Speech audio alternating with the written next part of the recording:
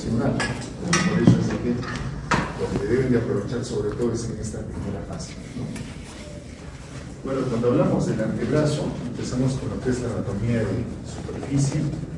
Recuerden que a nivel de lo que es el antebrazo, en realidad en la mano se origina lo que es un arco venoso dorsal.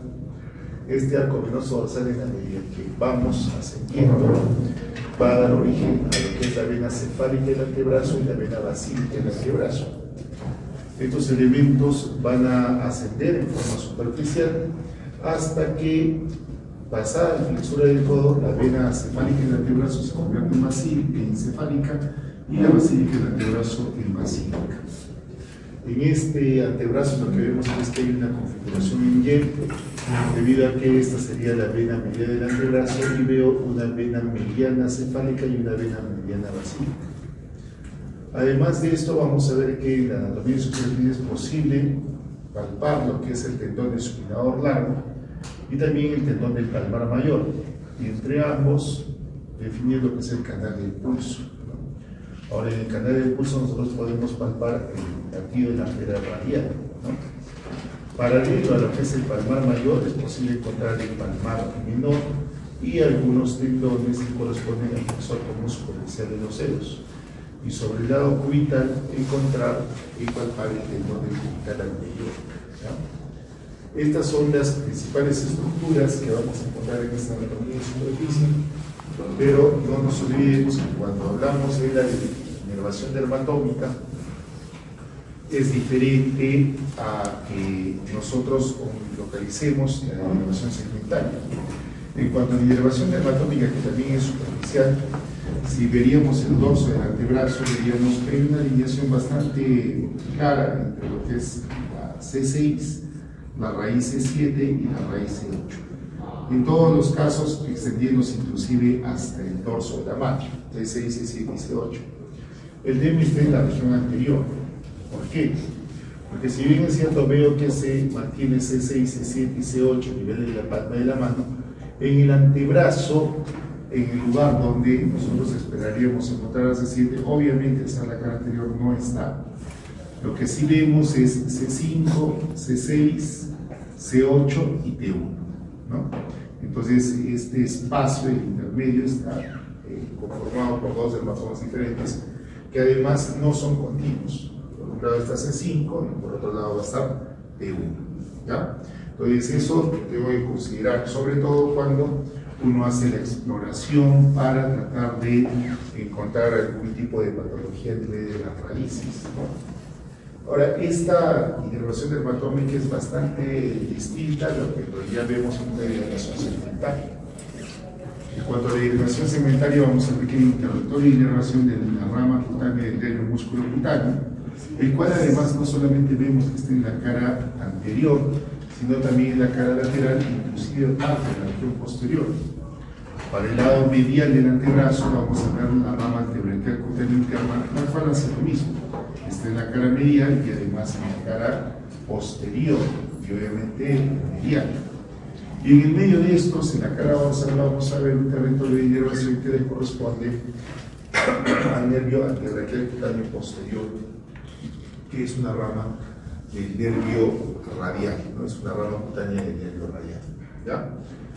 Para ir avanzando, también cuando vemos esto a nivel del dorso de la mano, hay una rama cutánea del nervio radial que se va a encargar de la inervación de la parte del dorso de la mano, en el lado radial, y otra área inervada por la rama cutánea del nervio cubital, obviamente es el nervio cubital. En la palma de la mano se mantiene esa inervación del lado cubital por el nervio cubital, sin embargo, la mayor parte de la palma de la mano vamos a ver que está inervado por el nervio medial, el cual además de llegar hacia las puntas de los dedos, vamos a ver que también se va a encargar de la inervación de la región dorsal, el primero, segundo, tercero y lado radial del tronco.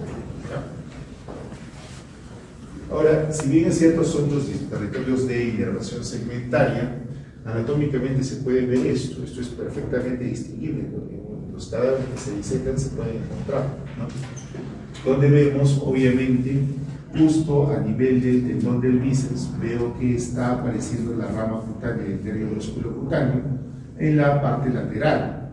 En el lado medial, acompañando la vena basilical, aparecen estas ramas que corresponden al nervio antebraquial cutal interno. Y distalmente, tres nervios que vienen desde la profundidad. En primer lugar, emerge este nervio que es la rama superficial del nervio radial, la cual después de un corto recorrido se va a la región dorsal, la parte posterior, como hemos dicho que es la cuarta mano, ¿no? En el lado contrario encontraríamos a la rama cutánea del nervio cubital, la cual también tiene un ramo dorsal y un ramo ventral para el lado palmar y el lado dorsal de la mano. Justo antes de refinar con el flexor también aparece otra rama cutánea del nervio mediano, la cual se va a encargar de inervar esta región palmar. Eso, esta parte también se le llama ramo cutáneo palmar. Entonces ya con esto hemos visto todo lo que es la anatomía de superficie del antebrazo. Después de estos elementos que son superficiales encontraríamos lo que es la fascia antebraquial. La fascia antebraquial, igual que el humeral, está envolviendo absolutamente todo el antebrazo y emite también cavitaciones. Una cavitación que se dirige desde esta parte hasta lo que es el radio, y otra cavitación que estamos viendo en este punto, que se está dirigiendo desde la propia fascia hasta el cúbito. Es más, la propia fascia tiene una solución sobre el cúbito, y hacia el medio vemos que está la membrana interósea. Estas características hacen que nosotros podamos definir lo que es el antebrazo en dos compartimientos. En un compartimiento anterior, que en realidad es anteromedial, y un compartimiento externo o posterior, y cual en realidad es posterolateral, ¿no? Entonces, esos van a ser los compartimientos. Son dos compartimientos a nivel del antebrazo. Comúnmente anterior y posterior, pero el anterior es anteromedial y el posterior vendría del posterolateral, ¿no? Entonces, ¿cuál es el sustrato óseo de estos elementos del antebrazo? Pues obviamente va a ser el cúbito y va a ser el radio. En cuanto al cúbito, vamos a ver que en la parte proximal tiene lo que es el olecráneo y una superficie que es la cual se va a articular con la tróclea del húmero, entonces por eso se llama escotadura troqueal. En la parte inferior de esta escotadura podemos ver lo que es la apófisis coronoides, y más hacia abajo lo que es una tuberosidad del cúbito, que es donde se va a insertar el músculo braquial anterior. También a nivel proximal de lo que es el cúbito veo que existe una articulación con el radio, y esta va a ser la articulación radio-cubital proximal, y la escotadura que ofrece el cúbito para el radio obviamente va a ser la escotadura radial del cúbito, ¿no? Después el cúbito tiene su elongación, la parte medial presenta lo que es el borde para la membrana interósea, que siempre va a ser lateral, y finalmente este cúbito, que era un hueso amplio, se va a adelgazar a medida que se hace distal, a tal punto que termine en un hueso bastante delgado y pequeño, donde se puede apreciar la apófisis tiroides del cúbito. Cuando hablamos de la articulación del cúbito con el radio, por ende vamos a hablar de una articulación radiocubital proximal, una radiocubital medial y una radiocubital distal, ¿no? Ahora, ¿quiénes encontramos en la porción media? Obviamente la cuadra oblicua y la membrana interósea, ¿no? Sobre lo que es las articulaciones, recuerden que la articulación propia entre el cúbito y el húmero es una articulación en bisagra, mientras que la articulación que existe entre el radio y el cúbito, esta proximal, es una articulación en pivote que permite que el radio rote sobre su propio eje. Al rotar el radio sobre su propio eje es posible los movimientos de pronación, y el contrario, que hace el movimiento de supinación. ¿Ya? Muy bien, entonces ya con esto hemos visto las principales partes del cúbito y del radio, ¿no? Ahora vamos a ver el tema de las inserciones, los orígenes, las inserciones, donde además podemos entender y simplemente deducir cuáles son las funciones de los diferentes músculos que van a actuar a nivel del antebrazo, ¿no? La primera articulación que vamos a tomar es esta, la articulación del codo. Hemos dicho que esta articulación solamente es posible dos movimientos, la flexión y la extensión, ¿no? Entonces vamos a empezar con el tema de la flexión, ¿no? ¿Qué elementos permiten la flexión de la articulación del codo? Uno primero va a ser el braquial anterior, el cual se origina en la cara anterior del húmero, en su porción distal, y se inserta acá, a nivel de la tuberosidad cubital. Por ende, está claro que su acción va a ser como flexor del codo. Otro músculo que va a estar inmediatamente por encima de este, que obviamente no vemos sus orígenes, pero sí su inserción, va a ser el bíceps braquial. El bíceps braquial se está insertando acá a nivel de lo que es la tuberosidad bicipital del radio, ¿no? Por ende, una cosa que nosotros tenemos que darnos cuenta es que esta tuberosidad no está en la cara anterior, en realidad está en la cara anteromedial y más hacia la parte medial. Entonces, si es que yo tracciono esta tuberosidad, no voy a rotar, además, voy a rotar el radio, además de producir una flexión del antebrazo. Pero obviamente si jalo esto, este radio va a rotar al vacío, ¿no? Porque recuerden que el radio rota sobre su propio eje.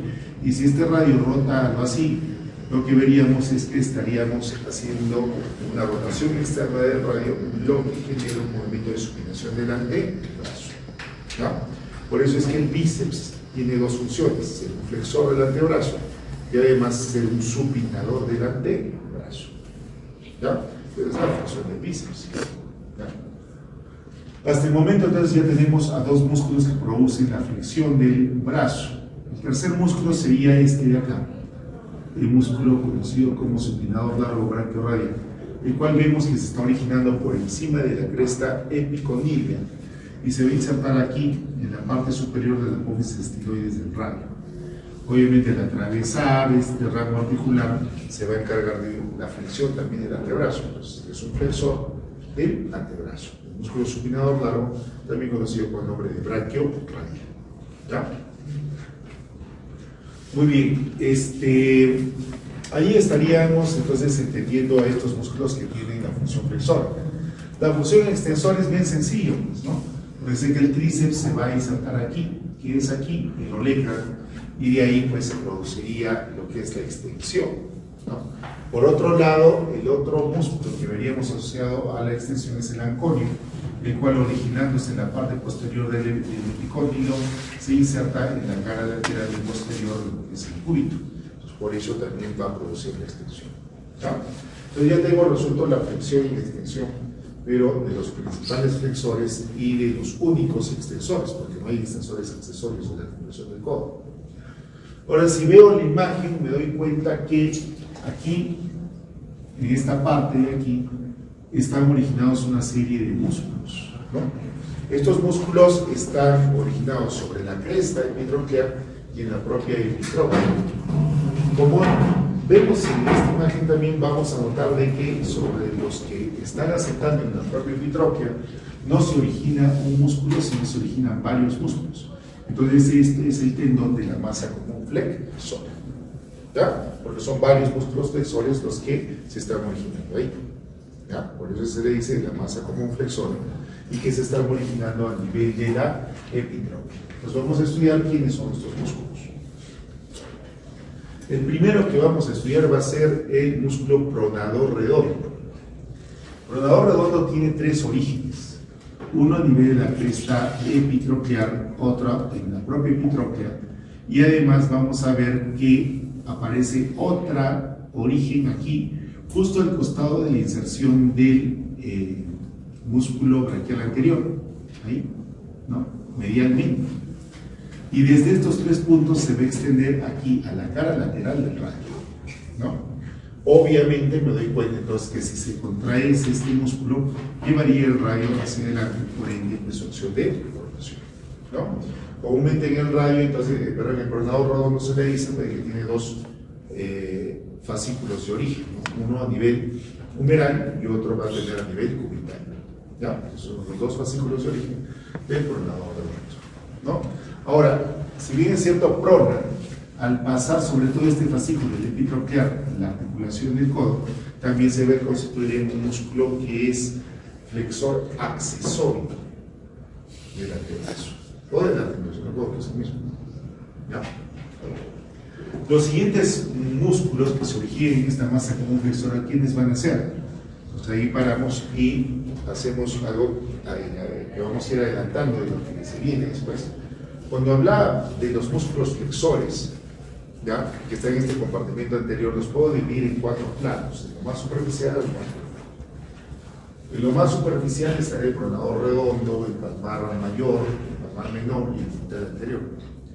Detrás de esto se encuentra el flexor común superficial, detrás el flexor común profundo y más profundamente el pronador plano. Estos son los 4 planos en los cuales voy a encontrar los músculos flexores, ¿no? Entonces, el pronador redondo evidentemente pertenece a este grupo superficial. Detrás del pronador redondo voy a encontrar el flexor radial del carpo, también conocido como palmar mayor, donde se origina a nivel del epitróqueo y donde se va a insertar aquí, a nivel de la base y cara anterior de la del segundo metacarpiano, ¿no? Y además tiene una pequeña extensión hacia el tercero. Aquí se inserta el palmar, ¿ya? Por ende, su acción no va a ser tanto en el codo no tiene casi ninguna, puede ser epitróqueo, pero su acción sí va a estar aquí en la mano. Entonces dijimos, primero la presentación, ahora de las acciones a nivel de la mano, de la articulación radiocubital o la articulación de la muñeca o de la mano, como quieran decir. Entonces, el palmar mayor es un flexor, ¿no? Es un flexor de la mano, pero si yo trazo una línea media aquí, me doy cuenta que el palmar mayor está ligeramente hacia el lado radial, por ende es un flexor y además es un abductor de la mano, ¿ya? Ahora, abducción también es lo mismo de decir flexión radial, ¿ya? Es lo mismo. Entonces, esas son sus funciones: flexor de la mano y abducción de la mano. El siguiente músculo va a ser el músculo palmar menor. Yo sé que se está originando acá a nivel del epitróqueo, pero resulta que no se inserta en ningún músculo, perdón, en ningún hueso, sino se va a insertar a nivel de lo que es el flexor, la relacionar con el flexor del carpo, y además en lo que es la aponeurosis palmar media, que son superficiales. Por ende, el palmar menor es un flexor también del carpo, un flexor de la mano, ¿no? ¿Listo? El siguiente músculo va a ser el músculo cubital anterior, ¿no? También conocido como flexor cubital del carpo.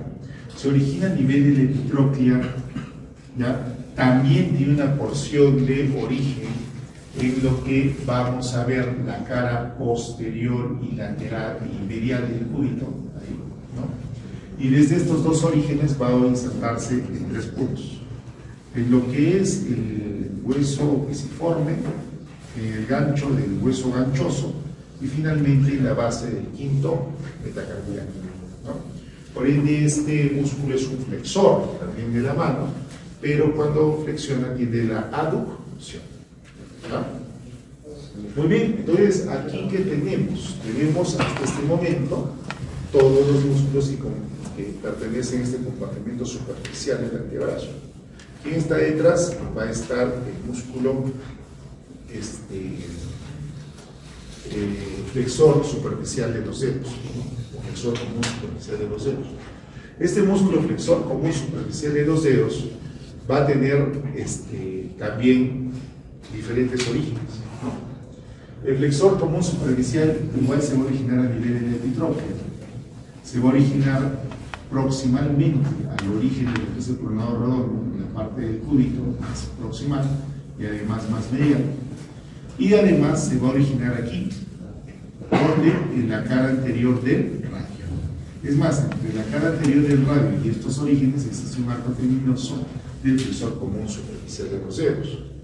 Desde estos 3 puntos se va a dirigir a insertarse ¿dónde? A nivel de las falanges intermedias de los 4 últimos dedos. Falanges intermedias es donde se va a insertar. Por ende, ¿cuál va a ser su función? Su función va a ser un flexor de la falange media sobre la proximal, ¿ya? También podríamos decir que es un flexor de las articulaciones interfalángicas proximales de los 4 últimos dedos, ¿ya? Entonces ahí está, esa va a ser la acción de este flexor común superficial. Con esto, ¿qué estamos viendo? Con eso estamos terminando de ver a los músculos que pertenecen a este grupo que se originan en la masa común flexora, que a su vez se inserta en lo que es el tronco, ¿no? Ahora vamos a continuar con los flexores para acabar con la idea. Los siguientes flexores ya sería el tercer plano muscular donde encuentro el flexor común profundo. ¿Dónde se origina el flexor común profundo? ¿No? El flexor común profundo lo vamos a encontrar aquí, originado en la cara posterior del cúbito y en la membrana interósea. Y desde aquí el flexor común profundo se va a insertar a nivel de la apófisis, de lo que es la base de las caras palmares de las falanges distales, ¿no? Entonces, evidentemente es un músculo que se encarga de la flexión interfalángica distal, ¿ya? De los 4 últimos dedos. Justo al costado de este músculo, que es el flexor común profundo, encontramos otro músculo que también está dentro del tercer plano muscular. ¿Quién es? El flexor propio o largo del pulgar. Este flexor largo propio del pulgar se origina sobre la cara posterior del radio, membrana interósea, y desde este punto vamos a ver que se va a insertar a nivel de la falange distal del pulgar, ¿ya? Por ende, es responsable de la flexión interfalángica ventular sobre el pulgar, ¿ya? Entonces, ahí estamos viendo ese tercer plano muscular. Por último, el cuarto. El cuarto está dado por el coordinador parado que se origina en la cara posterior del cúbito y se dirige, en la cara anterior del cúbito y se dirige a la cara anterior del radio, ¿no? Entonces, está clara que su función pues, es un prononar, no es un flexor, ¿ya? Entonces, ahí tenemos terminado todos los músculos que tienen que ver con ¿qué? Con la flexión. Algunos tienen que ver con la flexión del antebrazo y otros tienen que ver con la flexión de la mano, ¿no? Muy bien. El otro grupo que habíamos descrito que existe en el antebrazo es el grupo extensor, ¿no? Ahora, el grupo extensor a su vez yo lo puedo clasificar en dos, el grupo lateral y el grupo posterior, ¿no? Hemos dicho que se origina posterolateralmente en el antebrazo, ¿no? Entonces, el primero de ellos, de este grupo que es el grupo lateral, ¿no? Ya habíamos estudiado que es este, músculo supinador largo, siendo flexor de lo que es la articulación del codo. Por debajo de él se origina otro músculo que también pertenece a este grupo lateral, que va a ser el primer radial, ¿ya? El primer radial también tiene el nombre de músculo extensor radial largo. Se origina en la cresta epicondílea, pero de ahí se inserta, ojo, no en la cara anterior, sino se va a insertar en la cara posterior de la mano, ¿no? En la base de lo que es la falange, el metacarpo, en su cara dorsal, de segunda manera. ¿Qué hace este músculo? Por ende, este músculo va a ser un músculo extensor, ¿no? Es un extensor. ¿De quién? De la mano. Pero al insertarse en este punto, primer radial, lo que hace es logra la extensión, pero con tendencia a la abducción, ¿no? El siguiente músculo es el músculo segundo radial, el cual se origina aquí, a nivel de lo que es el epicóndilo. Este segundo radial se origina en el epicóndilo y va a terminar insertándose a nivel de la base y cara dorsal de la tercera metacarpial. Entonces, por ende, su acción va a ser también de ser un extensor de la mano, pero al estar un poco de la línea media hacia afuera, también es un abductor, ¿no? Entonces, el primero y el segundo radial son extensores y además son abductores de la mano. Otra cosa interesante que vemos de este primero y segundo radial, que en realidad están pasando por delante de lo que es el epicóndilo y después de sus tendones ya se dirigen hacia la parte de atrás. Entonces tienen función también a nivel de la articulación del codo y van a ser flexores accesorios conjuntamente con el músculo pronador redondo que mencionamos, ¿no? Pues ¿quiénes serían flexores accesorios de la articulación del codo? Primero, el segundo radial y el pronador redondo, ¿ya? Muy bien, entonces ya tenemos bastante claro esto del primero y segundo radial. Y cuando tocamos el segundo radial me doy cuenta que nace aquí el epicóndilo y veo que no es el único, hay un grupo. Entonces, así como había una masa común flexora, hay una masa común extensora, ¿ya? Donde no solamente hay un solo músculo, sino hay un grupo de músculos, ¿no?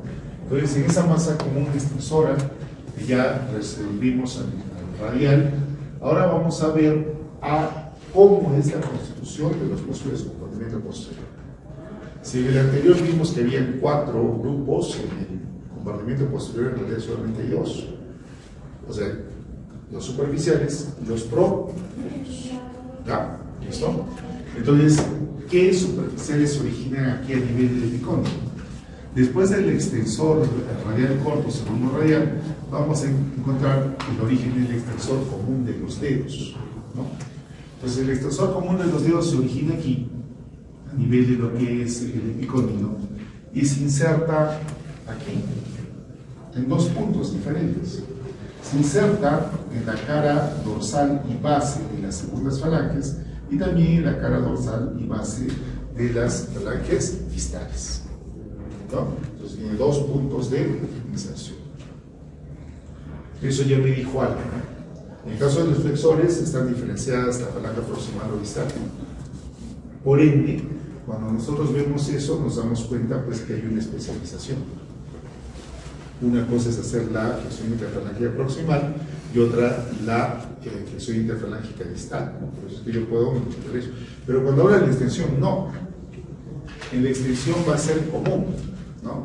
Y por eso es que este tendón, al insertarse en 2 lugares diferentes, y además, como vamos a ver después, sobre ese mismo tendón llegan otros músculos más, ¿no?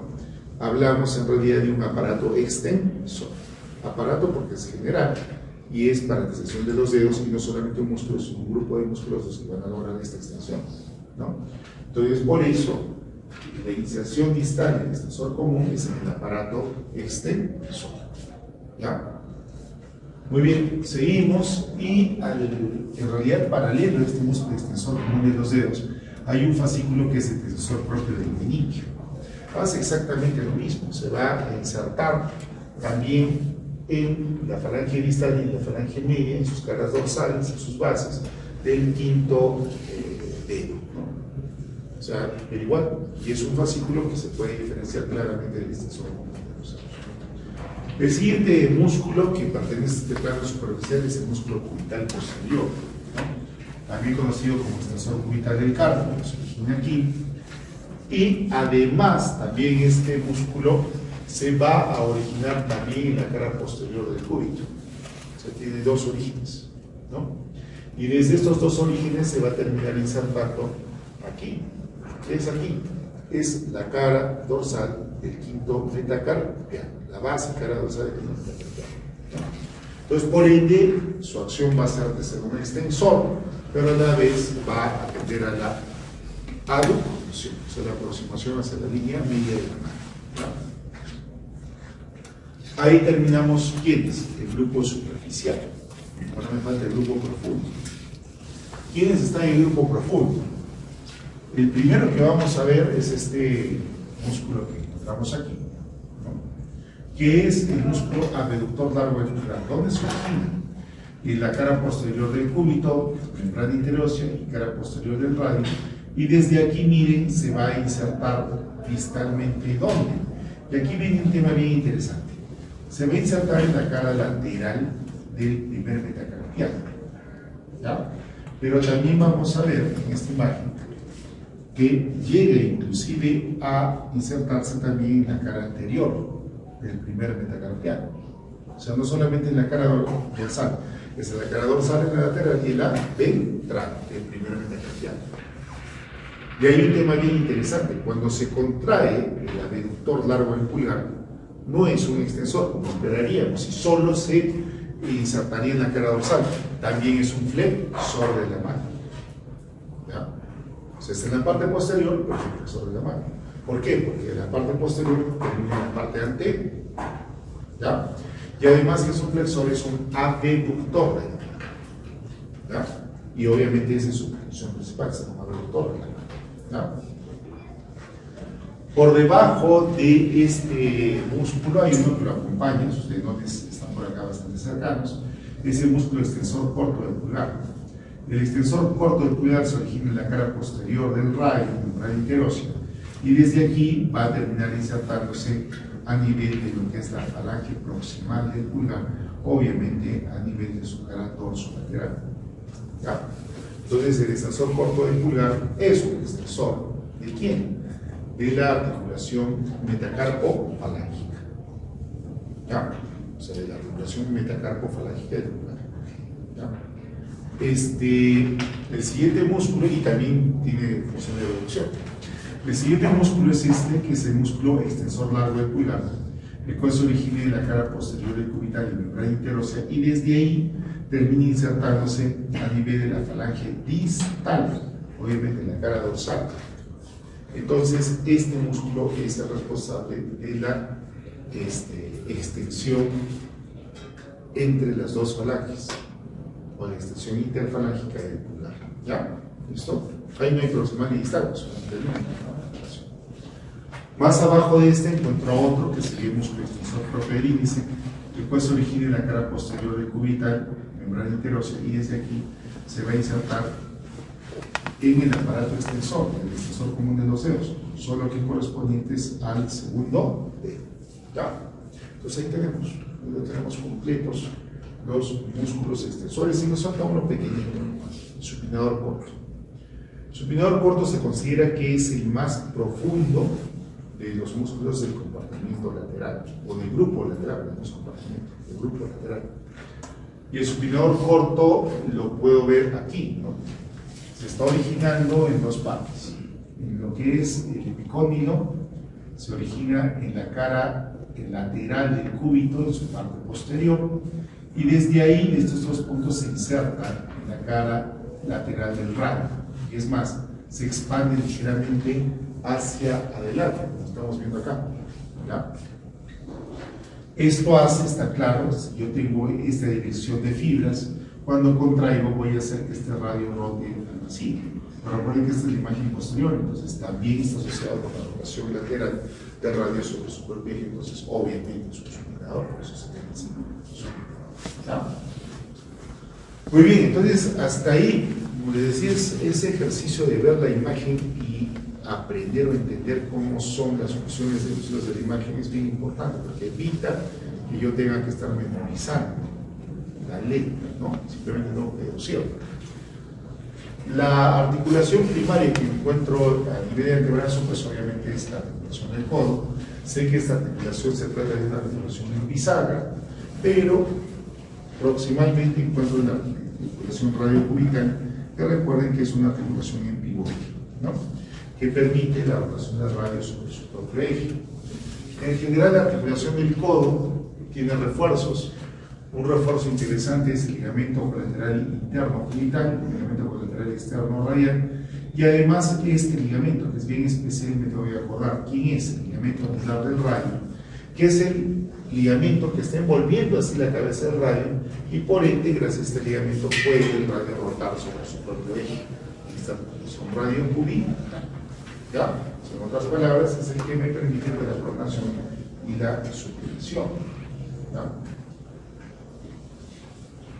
Bueno, entonces, para recordar lo que habíamos comentado hace un momento, decíamos de que hay tres grupos a nivel de lo que es el antebrazo, no compartimentos, sino grupos. Hay un grupo lateral, un grupo anterior y un grupo posterior, ¿no? En el grupo anterior ya dijimos que hay 4 planos, ¿no? Desde el más superficial, lo vuelvo a repetir, estaría el cubital anterior, el palmar mayor y el palmar menor. En segundo plano estaría el flexor común superficial de los dedos. En el tercer plano, 2 músculos: el flexor común profundo de los dedos y el flexor largo propio del pulgar. Y en el cuarto plano, el pronador cuadrado. En cuanto a los extensores, ya sabemos que hay también 2 planos: uno superficial, donde estaría el músculo extensor común de los dedos, el extensor del meñique y el cubital posterior. Y otro profundo, donde encuentro al aductor largo del pulgar, al extensor corto del pulgar, al extensor largo del pulgar y al extensor propio del índice. Mientras que en el grupo lateral, el más superficial va a ser el supinador largo, el detrás del primer radial, detrás del segundo radial y por último pegado ya hacia el radio del supinador, ¿no? Entonces estos músculos ya los hemos visto, hemos entendido sus funciones y ahora de lo que se trata es de entender cómo van a darse sus inervaciones, ¿no? Esa es en realidad la información que hemos visto, pero ahora está en letras, ¿no? Entonces ya me va a parecer más sencillo, no es chino. Por ejemplo, acá veo el cubital anterior, yo me acuerdo de dónde se originaba. Se originaba de la epitropia y también se originaba a nivel de lo que es el cúbito, ¿no? Su cara posterior. Entonces, evidentemente acá veo que hay una cabeza superficial que se origina en la epitropia del húmero y una cabeza profunda, un origen profundo que se origina en el borde posterior del cúbito y su no. Son dos haces de origen. ¿Dónde se inserta? Habíamos dicho que se está origen insertando a nivel del hueso pisiforme, gancho del ganchoso y además base del quinto nervio. Bueno, eso no lo voy a repetir porque sería un ejercicio absurdo. Simplemente nos vamos a concentrar en las inervaciones, ¿no? ¿Qué inerva el músculo cubital? Lo voy a inervar el músculo cubital, el nervio cubital, ¿no? Que en realidad en el antebrazo, el nervio cubital, para hacerlo más rápido, sé que solamente inerva dos músculos. Uno es el cubital anterior, y el otro músculo que es inervado parcialmente es el flexor común profundo de los dedos en su porción cubital. ¿Ya? Entonces, solamente esos dos va a ser inervado por el nervio cubital. El resto, por gusto lo leo, porque sé que todos los demás del compartimento anterior son inervados por el nervio mediano. ¿No? Ya me los aprendí. Nervio mediano, punto. ¿No? El que me diga, pronador, mediano. Flexor, ¿cómo se puede hacer? Mediano. ¿No? Palmar mayor, mediano. Pronador menor, mediano. Todos medianos. ¿No? Excepto, como les decía, estos dos que acabamos de hacer. ¿No? Y ojo de que el flexor común profundo parcialmente es ¿no? Entonces aquí estamos viendo sus acciones, recordar las acciones. Si hablamos de los que vendrían a ser flexores de la mano, estaría entonces el cubital anterior por un lado, estaría el palmar mayor por el lado otro lado, entonces el cubital será un flexor y además aductor, el palmar mayor será un flexor y además abductor, el palmar menor será un flexor. A veces se dice que tiene ligera acción sobre lo que es flexión pura, pero además, por sobre todo de la flexión, el palmar menor tiene la función de tensar la ponerosis palmar media. ¿Ya? ¿Listo? El músculo pronador redondo, recuerden que era un músculo flexor, pero ¿de quién? Del codo, no de la mano, ¿no? Y además, obviamente, hace la acción de promoción. Bueno, continuamos y ahora vamos a ir con el grupo, con el tercer plano, donde están los flexores común profundo y flexor propio del pulgar, ¿no?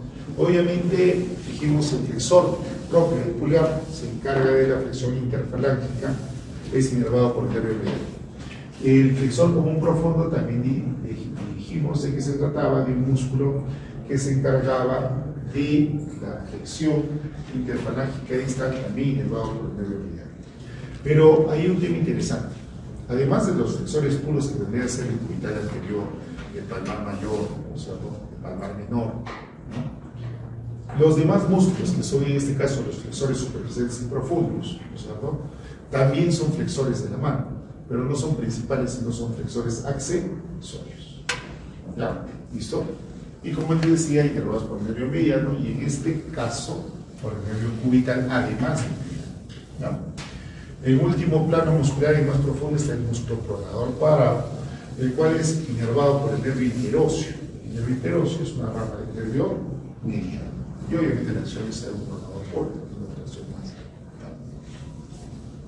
Ahora nos vamos al grupo extensor, ¿no? El grupo extensor, recuerden que había superficiales y profundos. Los superficiales estaban originados a nivel de lo que es el epicóndilo del húmero.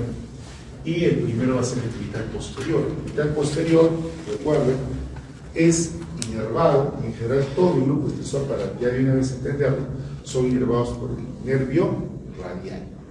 El nervio radial inerva todo el grupo extensor o posterior y también va a inervar al grupo lateral, ¿no? O sea, todo el compartimento posterior completito de la orilla, ¿no? Entonces, el cubital posterior, ¿qué hace? Recuerden que habíamos dicho que es un extensor de la mano, pero tiende también a la aducción, ¿ya? Siguiente músculo, el extensor común de los dedos. Hemos visto que se encarga de la extensión interfalángica de quiénes, de los 4 últimos dedos, pero a la vez es un extensor de la mano. El siguiente, el extensor propio del meñique, que también es superficial, el cual sé que es un fascículo del extensor común de los dedos, pero que se dirige finalmente solo al quinto dedo. Ojo de que aquí hay que hacer esa precisión, ¿no?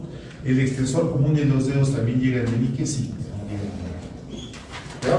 Entonces, el extensor común de los dedos incluye los 4 últimos dedos. Y el meñique, el extensor propio del meñique solo para el meñique, o sea, ya es un tenor más adicional al extensor común de los dedos. ¿Ya? Muy bien, todos inervados por quién, ya lo hemos dicho, por el nervio Ra. ¿Ya? En el plano profundo de este grupo extensor, encontramos en primer lugar el abductor largo del pulgar. El abductor largo del pulgar, ya lo hemos comentado, que se trata de un músculo especial, ¿no? Que no solamente se va a insertar en la parte posterior del nervio legalpiano, en su base, sino también en la cara lateral y en la cara temporal. Por eso es que yo puedo escribir este abductor, obviamente en la función de abducción, pero también puede ser un extensor y también es un flexor. ¿De quién? De la mano. ¿Ya? ¿Listo? Flexor, ¿por qué? Porque llega, inclusive hasta llegar hasta la parte anterior del nervio legalpiano. ¿Quién inerva todo este grupo profundo? El nervio radial, no yo no. El nervio radial. Por debajo de este músculo, recuerden que estábamos hablando del extensor corto del pulgar, el cual también es un extensor y se está insertando ¿dónde? Se está insertando en la falange proximal del pulgar. Entonces es un extensor metacarpofalángico, ¿no? Y obviamente va a tener ligera acción también en la abducción. El extensor largo del pulgar se origina en la parte posterior del radio interósea y dijimos que se está insertando en la falange distal. Por ende es un extensor propio, un extensor interfalángico a nivel del pulgar, ¿ya? Y el último, el extensor del índice, el cual se origina por debajo del origen de lo que es el extensor largo, y sabemos que finalmente se inserta en el aparato extensor correspondiente al segundo dedo del índice, ¿ya? El último de estos grupos, el grupo lateral. El primero hemos visto el supinador largo. Ya dijimos que todo el grupo lateral también es inervado por el nervio radial. Acciones de supinador largo, pues, flexión de la articulación del codo. Y aquí un tema bien interesante, doctor, ¿y cuáles serían sus otras acciones? Las otras acciones serían que es un flexor, pero también es un supinador y también es un pronador. Entonces, como que me confunden, ¿no? ¿Cómo va a ser las dos cosas? Bien sencillo.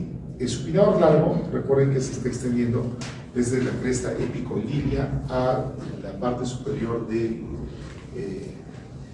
la apófisis estiloides del radial. Entonces, si es que yo estoy en mi posición indiferente, ¿qué es la posición indiferente? No es la posición anatómica. Mi posición indiferente es la que yo tomo cuando estoy en reposo, ¿no? Entonces, cuando yo estoy en reposo, ¿cómo están mis manos? Están mirando hacia la línea media y ligeramente hacia atrás. Esa es la posición indiferente, ¿ya? Entonces, si es que en mi posición indiferente de descanso yo contraigo al supinador, pues obviamente de aquí a aquí, ¿qué va a hacer? Va a supir, o sea, ¿no? Porque la parte lateral se está yendo a la parte medial, entonces supina ligeramente el antebrazo, por eso es que su nombre es supinador. Pero otra cosa es cuando yo defino el movimiento desde la posición anatómica. Desde la posición anatómica yo estoy así, ¿no? Con las palmas hacia adelante, ¿no? Pero desde la posición anatómica, si es que el supinador largo se contrajese, no va a llevar más atrás, sino al contrario, va a tender a pronar, ¿no? Por eso es que el supinador largo se menciona que es la función de pronación y que también tiene la función de supinación, que es la función diferente, y además pues, es un flexor del brazo. ¿Ya? ¿Listo? Entonces esas son las funciones de este supinador largo, ¿no? Ya les voy a repetir todos, pero voy a tenerlo El primer radial, obviamente está claro, ¿no? Es un extensor de la mano con tendencia a la abducción y además también es un flexor accesorio de la articulación del codo. El segundo radial, lo mismo. ¿Ya? Por último, el supinador corto, pues ya está claro de que este es un supinador corto, ¿no? Está procurando la rotación lateral externa. Entonces ya con esto bastante claro vamos a hablar y vamos a darnos cuenta pues, de cada uno de los músculos que están en estos compartimientos, ¿no? Entonces empecemos con el compartimiento flexor, donde el más superficial, ¿quién eran? Eran estos tres, ¿no? El palmar mayor insertándose en la base y cara palmar del segundo metacarpiano, el tercero. Veo el palmar menor que se inserta en la peroneus del palmar media y veo el cubital anterior insertándose en el pisiforme, en el gancho del ganchoso y la base del quinto metacarpiano. ¿Qué hacen estos? Son flexores de la este con tendencia a la abducción y este con tendencia a la abducción. ¿Ya? Está más que claro, ¿no? Pero de esto yo puedo diferenciar y puedo deducir bastantes cosas. Por ejemplo, una persona podría preguntarles, ¿no? ¿Cuáles son los nervios involucrados principalmente en la flexión de la mano? ¿No? Vamos a pensar, digo, allá. En la flexión de la mano. Este es inervado por el nervio mediano, este es por el nervio mediano y por el nervio cubital. Entonces, ¿cuál sería la respuesta? Mediano y cubital, porque decimos principalmente, ¿no? ¿No? O podríamos decir nervio que accesoriamente apoya en la flexión, ¿no? Cambia la cosa, es un accesorio. Y ahí tampoco se pone un poco difícil porque dicen, pero, a ver, ¿pero qué accesorio puede llegar? Ah, ya les dio una pista. ¿Quién era el abductor largo del pulgar? ¿Qué hacía? ¿Se acuerdan? Se trataba en la parte anterior. Pero el abductor, ¿quién inerva? El nervio radial. Pues, ¿quién sería un nervio accesorio en la flexión de la mano? El nervio radial. ¿Ya? ¿Listo? Muy bien. Entonces, eso es lo que me permite inventar estas imágenes. Y como a veces les digo, pues son de burla, pues mirar una figurita, pues no es para nada, ni remotamente a veces eso es una anatomía. ¿Ya? Yo tengo que mirar la figurita, pero asociarlo con el conocimiento pleno. No puedo esperar que por mirar figuritas pues voy a aprobar el curso. Voy a aplicar el raciocinio y además el conocimiento teórico. Aquí estoy viendo al siguiente plano muscular donde veo el flexor común superficial. Está claro sus orígenes a nivel epitróqueo, a nivel de lo que es la porción proximal y anterior del cúbito y el radio, y desde ahí se está insertando a nivel de las falanges intermedias. Cuando noto los tendones de este músculo, pues me llama la atención que se abren en dos como un ojal. Y típicamente a los tendones del flexor común superficial se les conoce por ende por el tendón perforado, ¿no? Porque se abre como un ojal. ¿Y quién está pasando en el medio de los haces? El tendón del flexor común profundo. Entonces, el tendón del flexor común profundo se le conoce como perforante.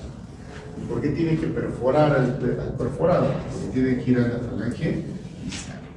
¿No? ¿Listo? ¿Quién inerva? Recuerden que es el nervio mediano. ¿No? Al costado, ya retirando el flexor común superficial, veo el tercer plano, donde puedo ver el flexor común profundo y además veo el flexor trópico. ¿Qué tienen en común? Que ambos se van a insertar en las falanges distales. Solo que el del pulgar en la segunda falange que es la distal y el resto el flexor común profundo en las falanges distales de los cuatro últimos dedos, ¿no? Y hemos hablado acerca de la inervación. ¿Ya? Entonces ahí viene otro tema. Yo podría preguntar, a ver, doctores, ¿cuál es el nervio responsable de la flexión interfalángica distal? ¿No? De la distal, ¿no? De los cuatro últimos dedos. Me pongo a pensar, ese yo sé que es este. Pero dice nervios asociados. Entonces, ¿quién inerva ese músculo? Dos, ¿no? El cubital y el. ¿Cuál sería la respuesta? Cubital y. ¿No? Ahora cambiaría, si es que les cambio esa pregunta, digo, nervio asociado a la flexión interfalángica del pulgar o del primer dedo. Solamente el nervio. ¿Se dan cuenta? ¿Ya? Entonces, eso es lo que tenemos que ir incidiendo cuando vemos eso. Por último, estaría el cuarto plano, porque que hay todos los elementos encima de eso. Y el cuarto plano está representado por este pequeño, es el pronador, que solamente es responsable de la pronación y además el que esté inervado por el nervio mediano. ¿Ya? Muy bien, entonces con eso terminamos todo ese grupo flexor. Ahora nos vamos con el grupo extensor y lateral. Entonces, en cuanto al grupo lateral, aquí vemos al músculo supinador largo, debajo del primer radial, debajo al músculo segundo radial, y ya sabemos también dónde se están iniciando. ¿Qué decíamos de estos? Que todos serán inervados por el nervio radial. Y aquí un tema interesante, ¿no? El supinador largo es un flexor de la articulación del codo. Entonces, por eso no podría yo asumir que el nervio radial solo tiene funciones de extensión, porque ya hemos dado cuenta de que hay dos músculos que tienen función de flexión, pero inervados por el nervio radial. ¿Quiénes? El primero ya está aquí, pues el supinador largo, que es además un flexor principal de la articulación del codo, ¿no?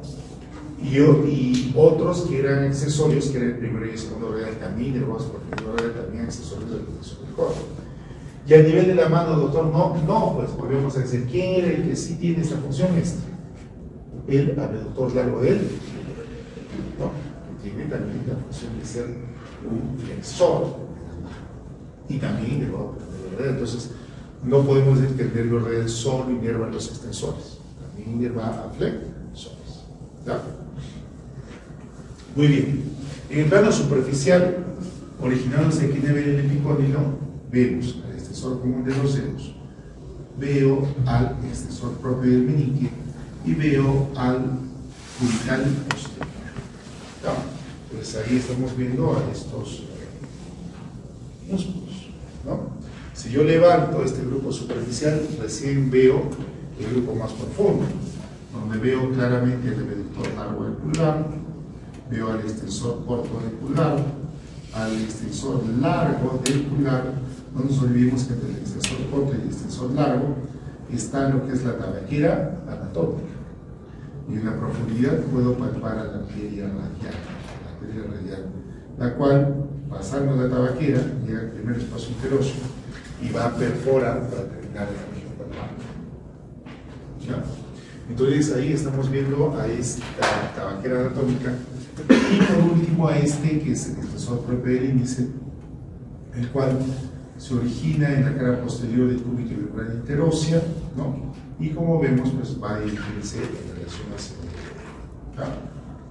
Entonces ahí ese grupo extensor mucho más claro y diferenciado, tanto vemos el grupo superficial como el grupo profundo, ¿no? Y lo que comentamos hace un momento, recuerden que el extensor común de los dedos, cuando se inserta distalmente, no se inserta en un solo punto, se inserta en la falange distal, en la falange media, ¿no? Además, hay tendones que están, digamos, yendo entre tenón y tenón. Ahora, solamente este se inserta aquí, no, porque como vemos aquí en esta imagen, el extensor propio del índice se está uniendo al tendón del extensor común. El extensor propio del meñique se está también uniendo al grupo del extensor común de los dedos. Entonces, hasta aquí estamos viendo que hay un grupo de músculos que se insertan en común. Por eso es que les vuelvo a repetir, no hablo tanto de tendón de inserción, sino hablo de un aparato, ¿no? Del aparato extensor. Y cuando veamos manos, vamos a ver cómo músculos de la palma de la mano terminan insertándose también en este aparato extensor, ¿no? Entonces, y ahí esa comprensión. Ahora, finalmente, sobre esto de los músculos, hay dos movimientos que a veces no nos quedan muy claros: el movimiento de pronación y el movimiento de supinación, ¿no? Entonces, cuando hablo del movimiento de la pronación, tenemos dos músculos, que es el pronador redondo y el pronador cuadrado. Está claro que si contraemos el pronador redondo, voy a llevar a este radio hacia adelante y voy a hacer que rote medialmente. Lo mismo por menor cuadrado. Entonces, cuando estos músculos se contraen, logro el movimiento de pronación. ¿Ya? Mientras que, como vemos acá, el supinador largo sería, el supinador corto, disculpen, sería elongado, ¿no? El movimiento contrario, si este supinador corto se contrae, voy a hacer esto al radio, y al hacer esto al radio voy a lograr el movimiento de supinación. También esta imagen me permite entender lo siguiente. No está graficado, pero recuerden que el bíceps está acá, acertándose. Entonces, cuando hago esto, ¿qué le estoy haciendo al cordón del bíceps? Lo estoy profundizando, ¿no? Cuando yo tiro del bíceps, voy a volver a esta posición, y por eso es que una función del bíceps va a ser también la de supinación. ¿Ya? Que son las funciones principales: flexor y supinador. ¿Ya? Muy bien, seguimos. Ahora vamos a ver el tema de la inervación del antebrazo y su vascularización. Cuando hemos hablado de inervación, ya hemos hablado de los elementos superficiales, ¿no? Ya de la rama cutánea, el nervio cutáneo, el nervio interno y demás. Ahora vamos a hablar simplemente de los ramos que no hemos tocado en los superficiales. El primero sería este. ¿Quién es este? Es el nervio radial. ¿Cómo llega a la región? Va a llegar entre el músculo supinador largo y el braquial anterior. Cuando esté a este nivel, el nervio radial se divide en dos ramos: el ramo superficial y el ramo profundo. El ramo superficial va a discurrir por detrás del supinador largo, ¿cierto? Hasta que, llegada a la porción distal, este ramo superficial se va a la parte posterior del antebrazo para dar inervación pues a esta parte de la palma de la mano y base de los dedos que hemos visto en inervación superficial.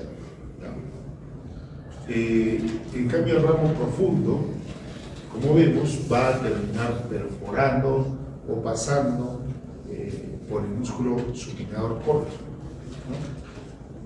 Cuando pasa a través de este supinador corto, el nervio radial después se va a ubicar en la cara posterior del antebrazo. ¿Para qué se va ahí? Obviamente para inervar a todos los músculos que están acá, ¿no? Pues yo que el supinador, el músculo, el nervio radial de su ramo profundo, se va a encargar de la inervación de todos los músculos del compartimento posterior, ¿ya? Y ojo que antes de dar estos dos ramos terminales, el nervio radial más arriba, ya me emitió ramos para inervar al supinador largo, al nervio radial en el segundo, ¿ya? Entonces esa es la historia del nervio radial. Ahora nos vamos con la historia de este nervio. ¿Quién es? El nervio mediano, ¿no? Lo último que supimos del nervio mediano era que acompañaba aquí a la arteria umeral o braquial. Llega a la fosa cubital, pasa hacia el antebrazo y aquí una referencia. ¿Por dónde pasa? Va a pasar entre los dos haces de origen del tenedor. Por el tenedor tiene más humeral y otro haz cubital. Entre estos dos haces, por ahí se va el nervio mediano con dirección hacia el antebrazo. Y en el antebrazo primero va a viajar entre el flexor común superficial y profundo. Y después que está llegando ya a la región del retináculo flexor, o sea, el túnel carpiano, se vuelve un tanto más superficial y emite este ramo, que es la rama cutánea palmar del mediano, que ya hemos visto. Pues el mediano se introduce aquí para dar sus ramas terminales. ¿Qué hacía? Su rama sensitiva era importante para inervar la región radial y palmar de la mano, ¿ya? Mientras que su rama motora se destina a algunos músculos hipotenales y algiolares tenales, no hay problemas.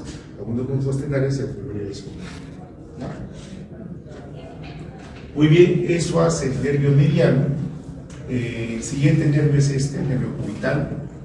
El nervio cubital, lo último que supimos de él era que llegaba al antebrazo por el canal epitropio craniano, ahí posterior, acompañado de la arteria que era la arteria colateral interna superior. Después llega a la región del antebrazo y recuerden que aquí en el antebrazo va a discurrir entre lo que es el cubital anterior y el flexor profundo de los dedos. En su recorrido recibe de compañía la arteria cubital, es una rama terminal de la columna lateral. Ya hemos dicho que este nervio del antebrazo solo genera dos músculos, ¿no? El componente cubital, el flexor común profundo y el cubital. ¿No? Continúa el nervio cubital un poco antes de llegar hasta el flexor, emite un ramo dorsal que se va a la parte posterior de la mano para inervar sensitivamente por la parte posterior y cubital de la mano. Después el nervio cubital acompañado de la arteria cubital pasa hacia la mano a través de una estructura que tiene nombre propio, que es el canal de Guyot, ¿no? Por ahí pasa a la mano para obviamente llegar a sus manos antebrales, ¿no?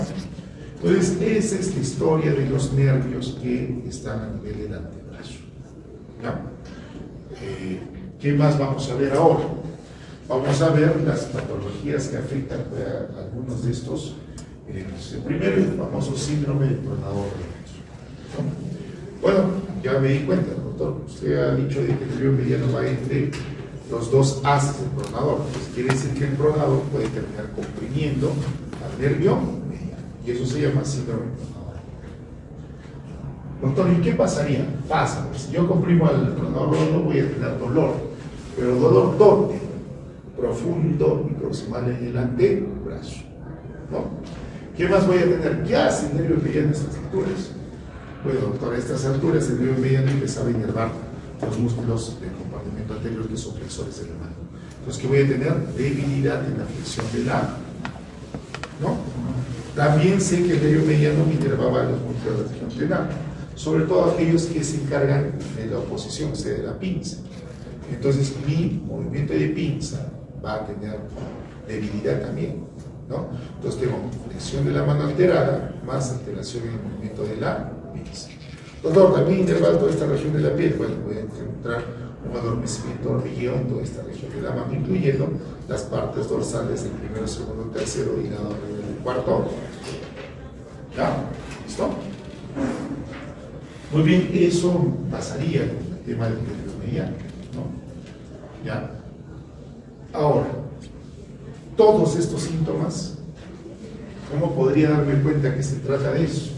Fácil, porque todos estos síntomas y estas debilidades empeorarían cuando prono el antebrazo. Entonces, puede agarrar así ligeramente. A ver, ahora trate de agarrar, pero así, con el brazo así, peor todavía. No, tengo menos fuerza. Ah, me duele más. Siento más adormecimiento. Inmediatamente me doy cuenta que es el pronador. Porque resulta que también el nervio mediano se puede ver comprimido, lesionado, no en el pronador redondo, sino aquí, en el túnel carpio, ¿no? Pero ¿qué pasaría si el nervio mediano es lesionado aquí? Obviamente el dolor va a estar acá, no arriba, ¿no? Pero además los flexores no están comprometidos. O sea, sí puedo realizar la flexión de la mano y de los dedos sin ningún problema. Donde voy a tener el principal problema es el momento de oposición. Ahí es donde voy a tener el mayor problema, ¿no? Y además también el adormecimiento va a ser similar a lo que pasa por encima del pronador. Entonces, como ven, el nivel de la lesión, yo puedo decir prácticamente sin leer nada del cuadro clínico, qué es lo que estaría pasando, ¿no? Otras afecciones comunes a nivel del antebrazo, en origen de sus músculos, son lo que es el codo del tenista, ¿no? Y el codo del golfista. ¿Qué es el codo del tenista? El codo del tenista se trata de una epicondilitis, ¿no? Entonces, ese epicondilitis es una inflamación del epicóndilo, sí, ¿no? Yo puedo palpar mi epicóndilo ahí, ¿no? Y hay una inflamación y dolor, ¿no? ¿Por qué se produce?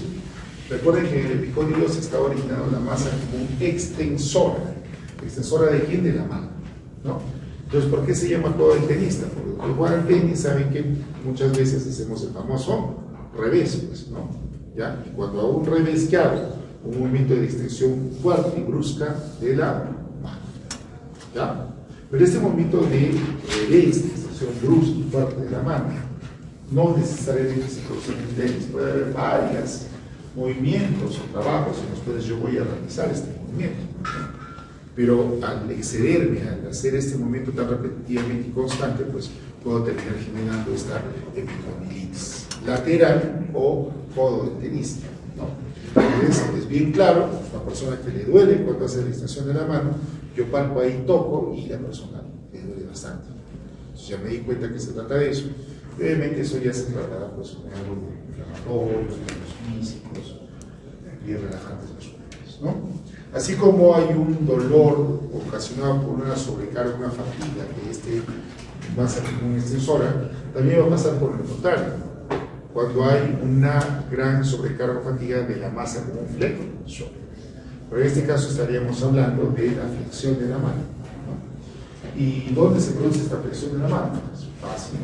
Cuando nosotros estamos realizando, por ejemplo, una actividad deportiva que es el golf, ¿no? Cuando alguien está jugando golf, a veces la pelota está a unos 10 metros, ¿no? Entonces ya no puedo hacer un tiro muy fuerte, tiene que ser casi controlado, pero se hace la flexión de la mano con el palo para tratar de llegar a eso. Entonces también esa acción puede ser muy fuerte, muy repetitiva y ocasiona las epitrocleitis, que también se trata de los codos del golfista. Pasa exactamente lo mismo, dolor a la flexión de la mano, y cuando palpo aquí a nivel de la epitróclea, se despierta él. ¿Ya? ¿Listo?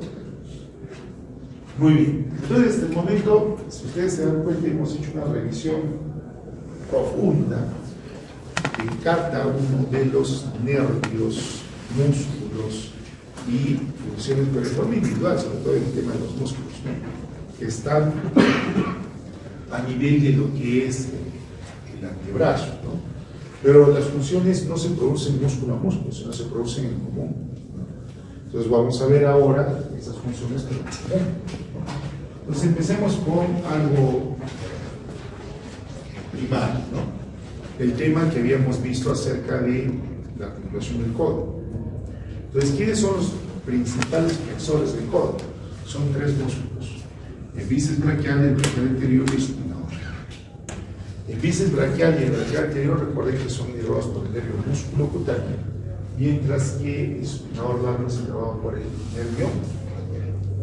¿Ya? ¿Listo? Entonces, los tres músculos flexores principales de la articulación del codo. ¿Hay flexores accesorios? Sí, ya los hemos dicho. Está el pronador redondo y además está el primer y el segundo radial. ¿Ya? Entonces son los flexores accesorios. ¿Ya?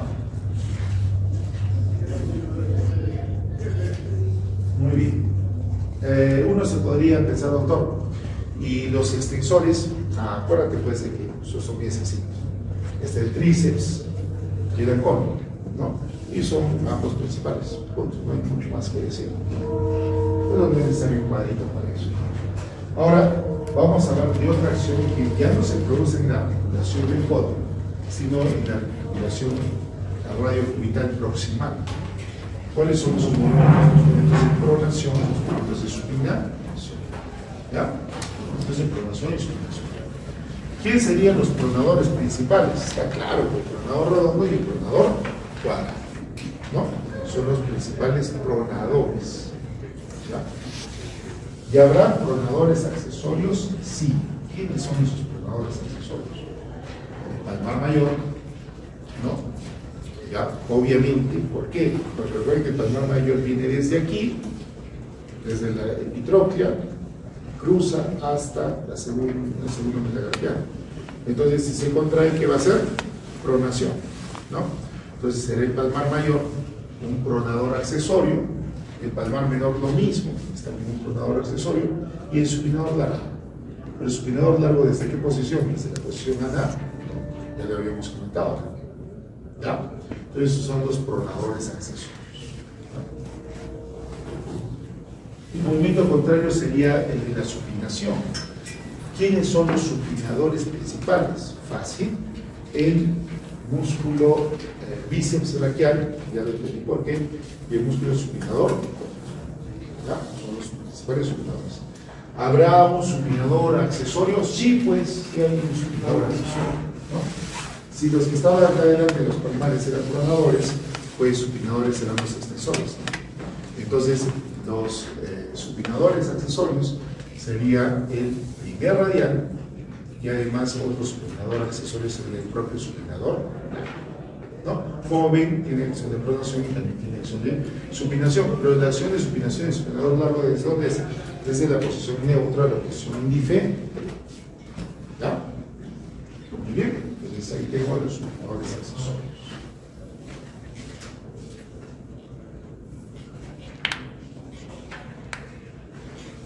Continúo.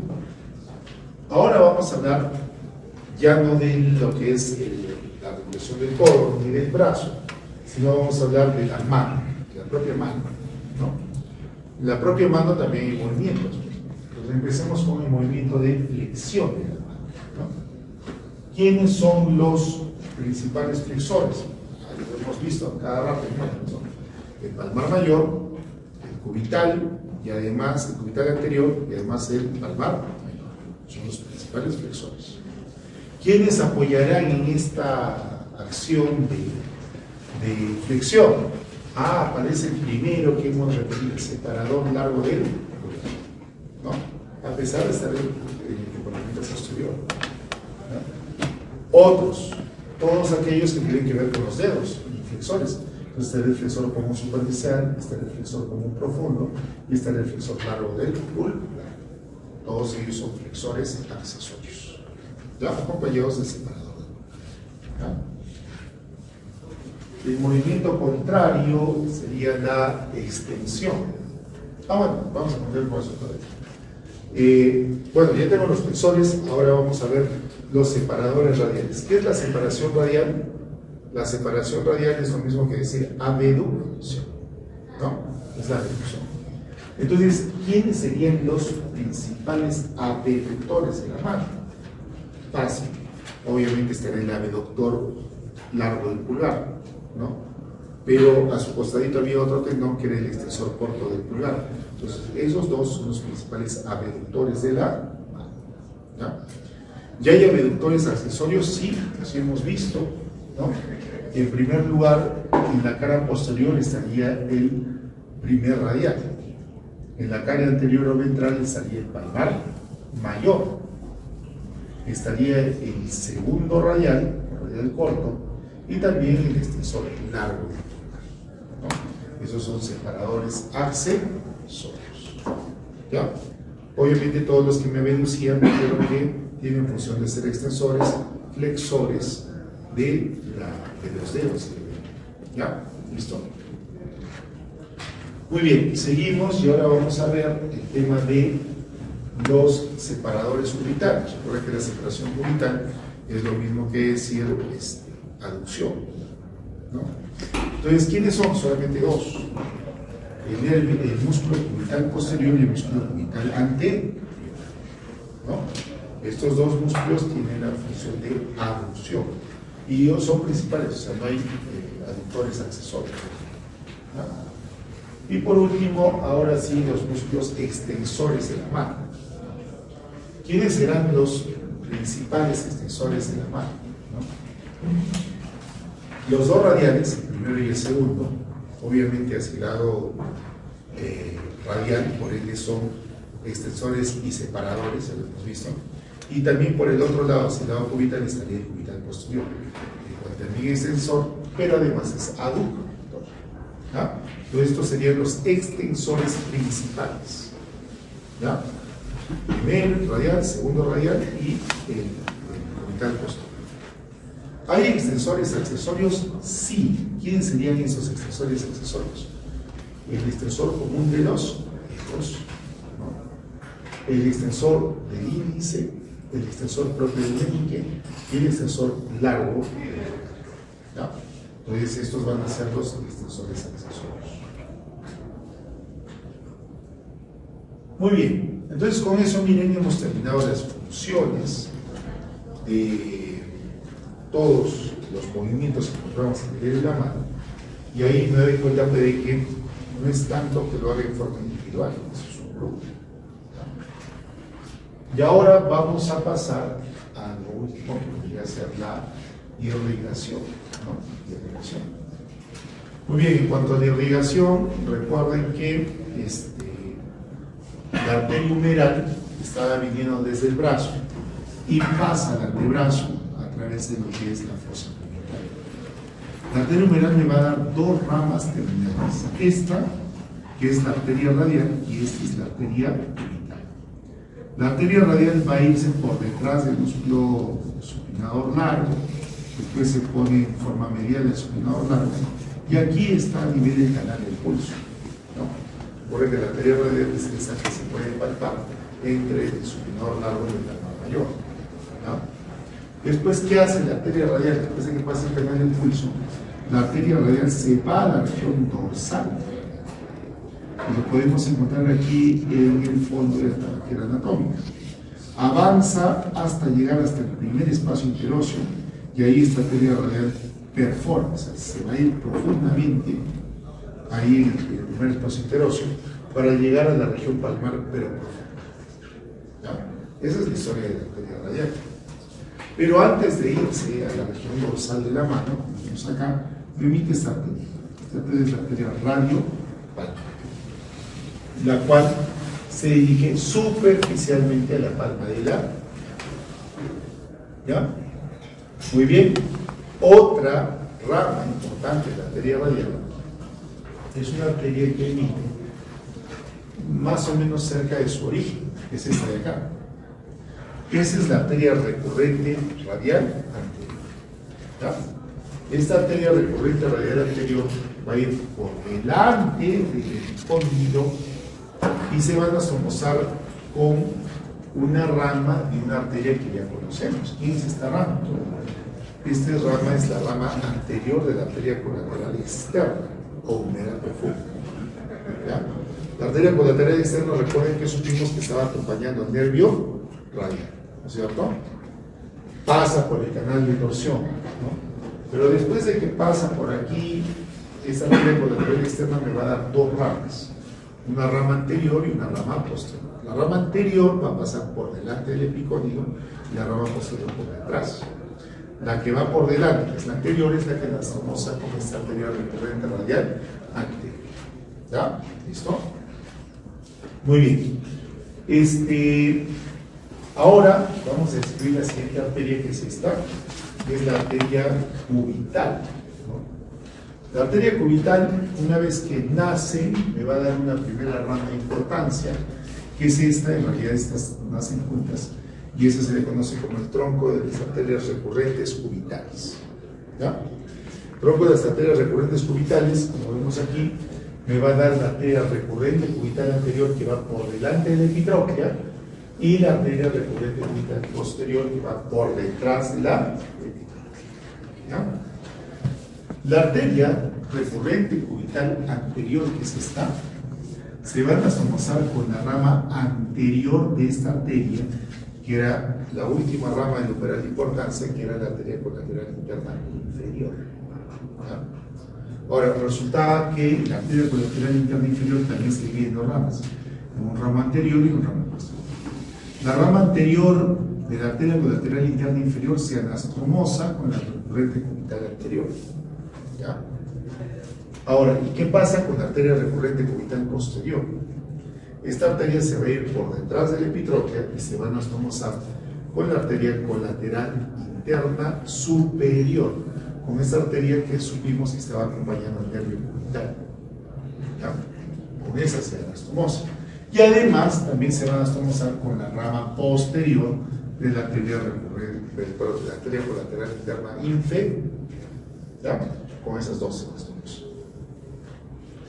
Al conformarse esta anastomosis entre la recurrente cubital anterior y la posterior, con la colateral interna inferior y con la colateral interna superior, se forma acá alrededor de la epitróclea una anastomosis que se conoce como anastomosis periepitróclea.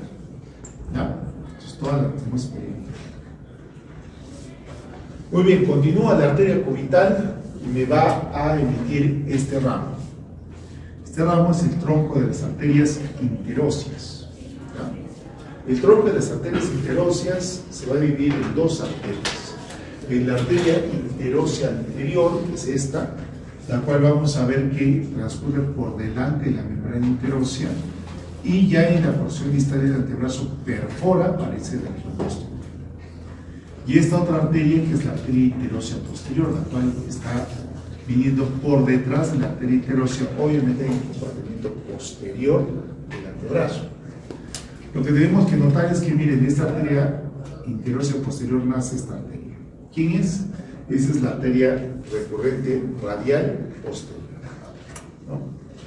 La arteria recurrente radial posterior se va a anastomosar con la rama posterior de la colateral externa, ¿ya? Y de esa forma, junto con la recurrente radial anterior, forma lo que es la anastomosis periepicondílica, que es esta de acá, ¿no? Y esta anastomosis periepicondílica más la anastomosis periepitroqueal forman la anastomosis periarticular del codo, ¿ya? O sea, todo lo que va a encargarse de la obstrucción de la cápsula articular del codo, ¿no? Y para eso sirven estas anastomosis periarticulares, ¿ya? Después, a continuación, la arteria cubital continúa su recorrido. Recuerden que aquí se va a ubicar en el cubital anterior y además el foso común profundo de los dedos. Recibe de compañía el nervio cubital y desciende la arteria cubital hasta que se introduce en el canal de Bouillon, en el nervio, para terminar en la palma de la mano. Justo antes de atravesar este canal emite esta arteria, ¿no? Que se trata de la arteria cúbito-palmar, ¿ya? ¿Qué hace esta arteria cúbito-palmar? Como vemos, se hace profunda en la mano, ¿ya? Aquí, la arteria cúbito-palmar se hace profunda en la mano y va a terminar anastomosándose con quién? Con la arteria radial, que da su perforante, ¿no? Entonces, entre la cúbito-palmar y la arteria radial que se perforó a nivel del primer espacio interóseo palmar, se convierte en el arco palmar profundo de la mano, ¿ya? El arco arterial. Continúa la arteria cubital después de haber dado, como les decía, el cúbito palmar, y como vemos, esta arteria cubital se termina anatomizando con quién? Con la arteria radiopalmar, y de esa forma se forma el arco palmar superficial, ¿ya? El arco palmar superficial. Y obviamente también se va a encargar de esto. Entonces ahí estamos viendo estas estructuras, pues, que tienen que ver mucho con la relación de la mano, ¿no? Vamos a regresar a verlas cuando hagamos, pues, la región de la mano ya de la semana que viene, ¿ya? Muy bien, doctor, entonces con eso terminamos la clase. Nos vemos la siguiente semana. No se olviden la recomendación, pues, del tratado eso. Ahora, lo que les iba a comentar es, me imagino que están viendo el tema de los videos, los chicos de que les está sirviendo, pero ojo, que acuérdense que los videos es netamente de un carácter descriptivo para la práctica, ¿no? Entonces, algunos compañeros hoy me han dicho, doctor, pero ¿por qué no lo hacen de teoría? Entonces, vamos a hacer algunos de teoría así rápidos, pues, que decían directamente en función, interacción, clasificación.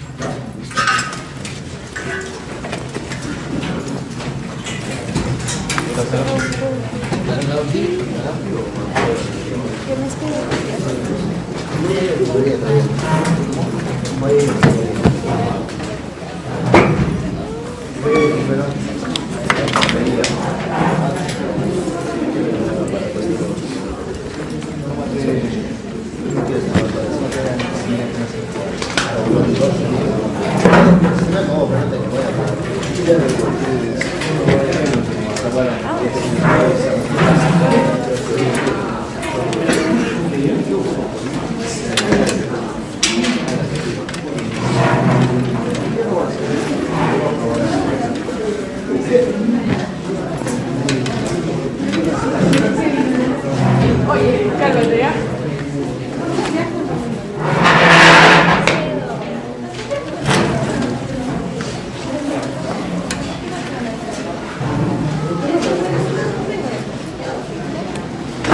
Clau, ¿con qué es lo que estás ¿Vas a ir a la UTI? ¿Con qué es lo que estás comprando? ¿Con qué acá? Parece. ¿Cómo? ¿No con qué? Rota con tus videos a mí. El que explíqueselo, por favor. Si tengo de la federación. En tu brazo, sí. Te hablo, ¿ya? Te escribo.